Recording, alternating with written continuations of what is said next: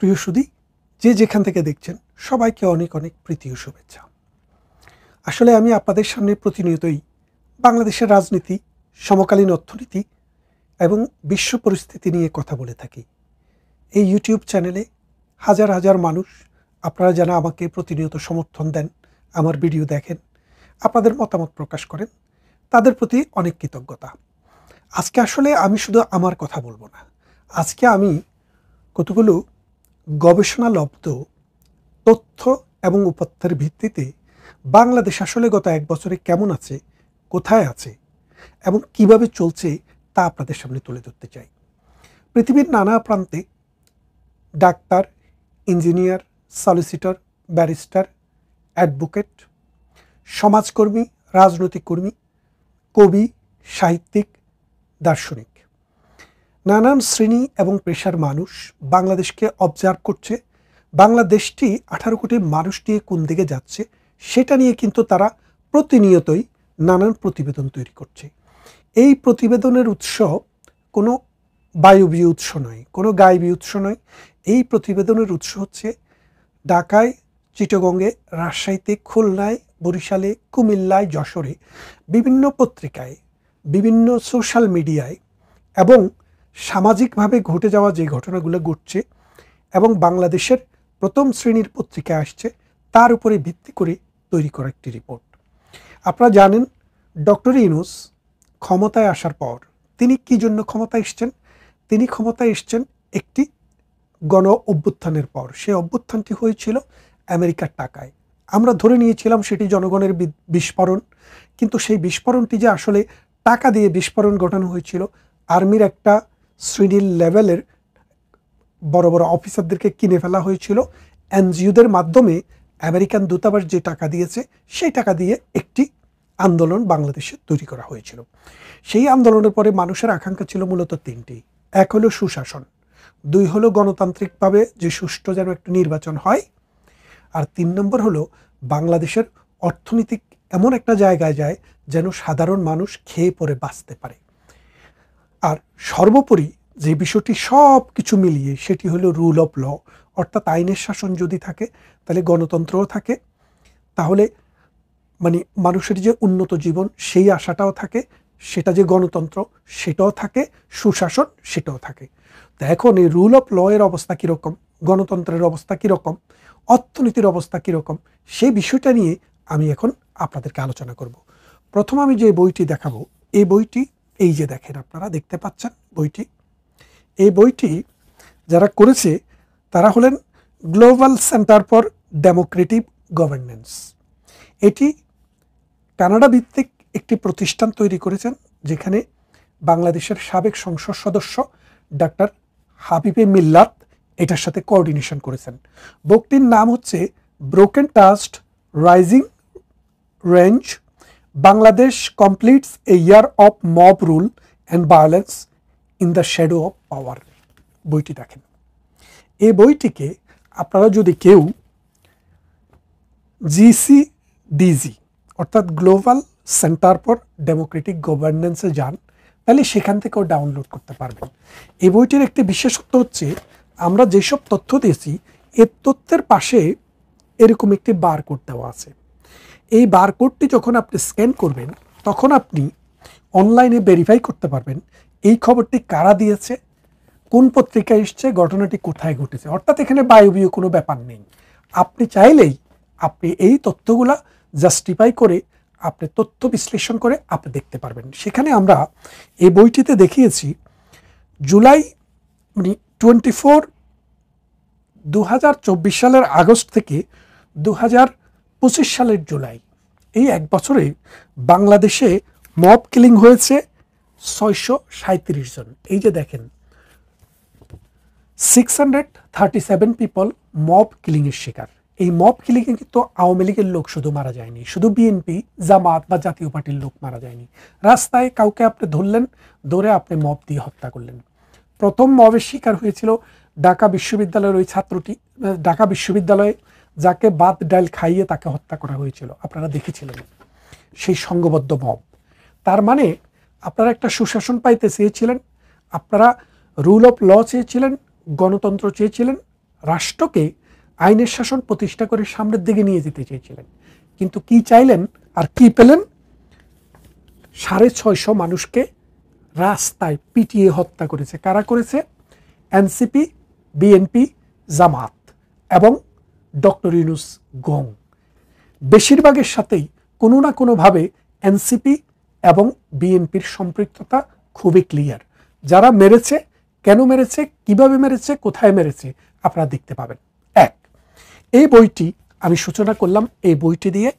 দ্বিতীয় আরেকটি বই আপনাদেরকে দেখাই।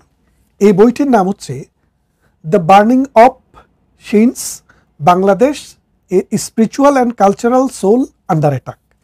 অর্থাৎ এই সেম সংগঠন global centre for democratic governance, তারা এটি প্রকাশ করেছে সেপ্টেম্বর 2025-এ, এই কদিন আগে, এই গত মাসে।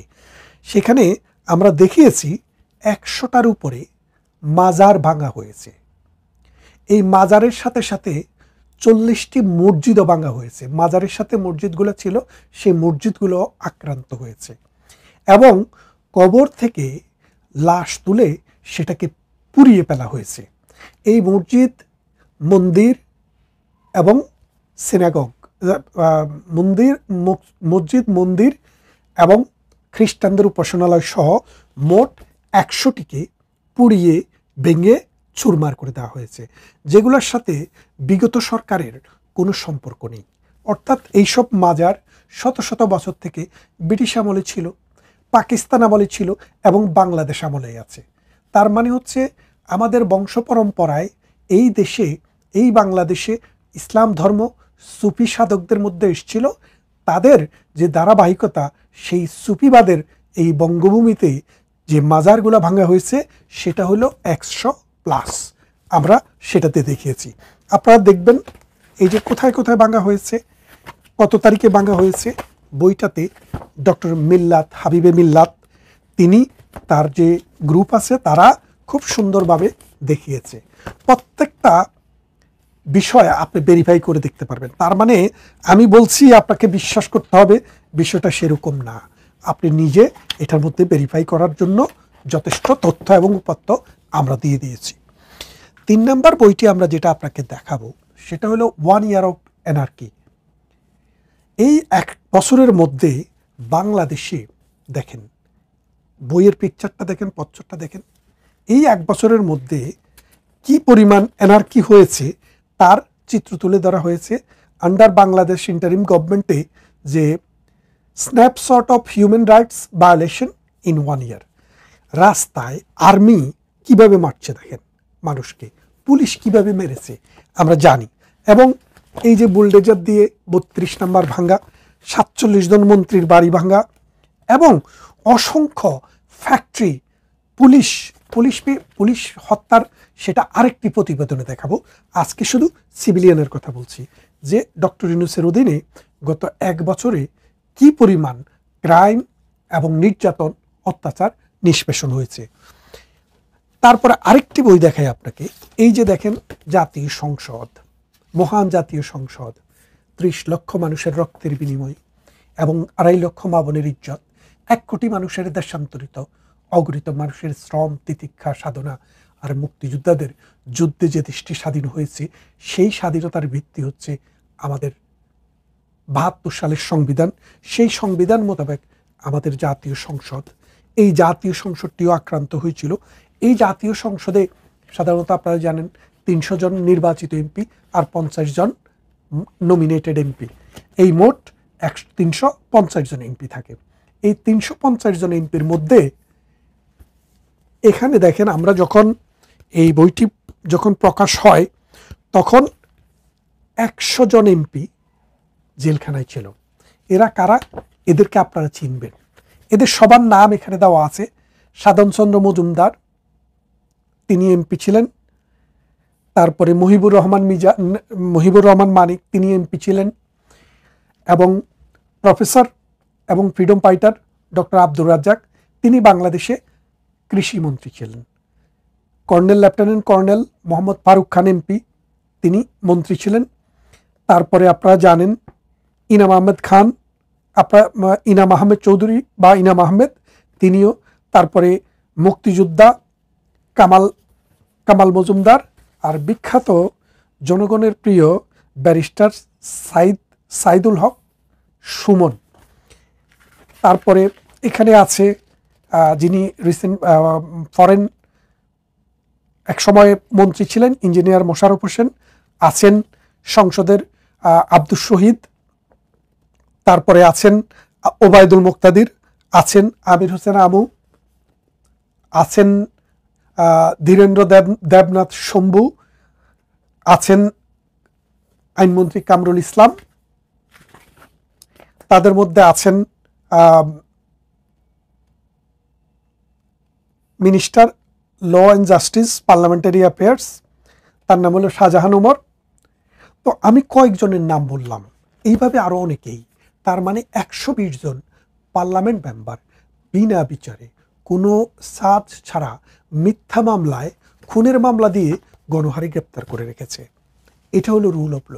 তারা কোনো জামিন পাচ্ছে না, জামিন চাইতে পারছে না।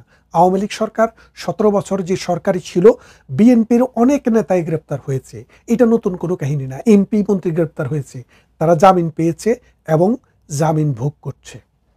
তারপরে আসেন preliminary report on brutality murdered leaders of activist of Awami League.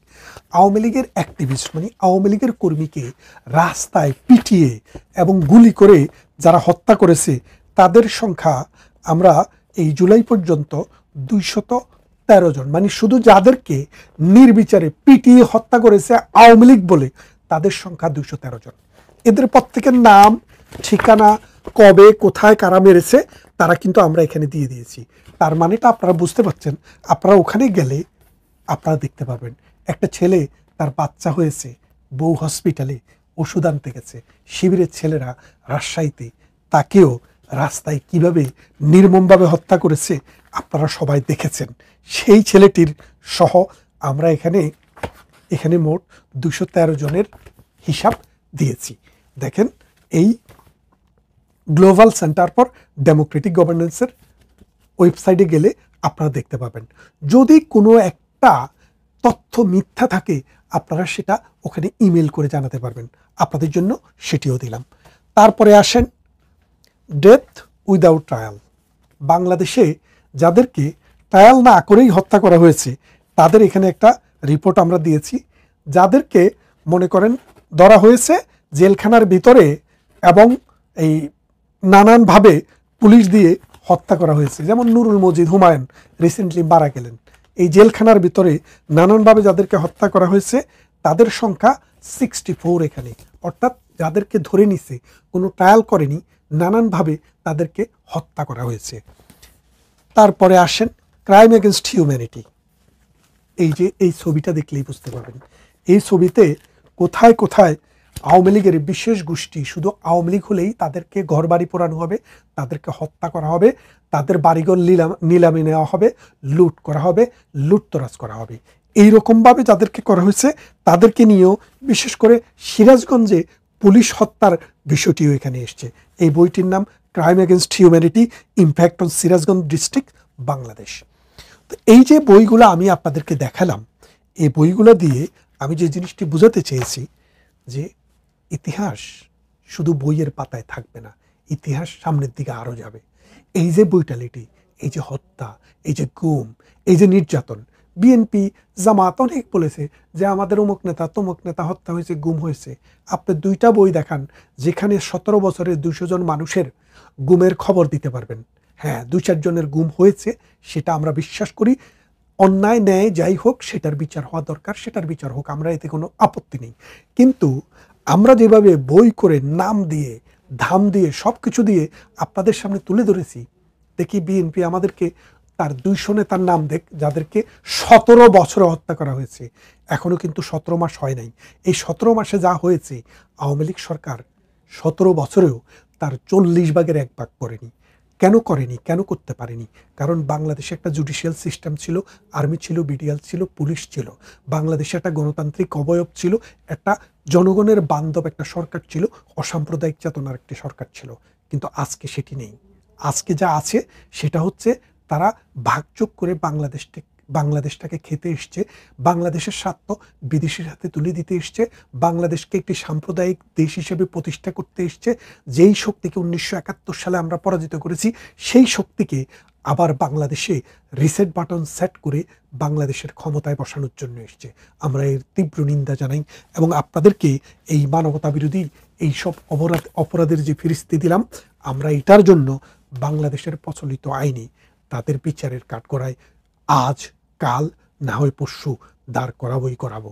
গণতান্ত্রিক প্ল্যাটফর্মের মানুষ হিসেবে এটা বাংলাদেশের মানুষের প্রতি আমাদের প্রতিশ্রুতি এবং আমাদের প্রতিজ্ঞা। ভালো থাকবেন, কথা হবে অন্য কোনো ভিডিওতে অন্য কোনো দিন।